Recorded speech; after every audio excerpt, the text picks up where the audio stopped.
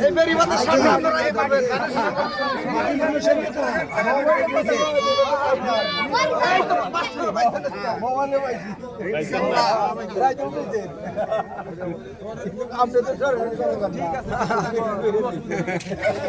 স্মরণ করবো ইনশাল্লাহ।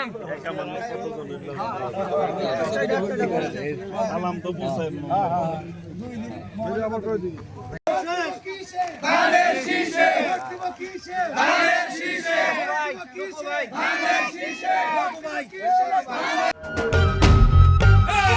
ভোট দিব কিসে ধানের শীষে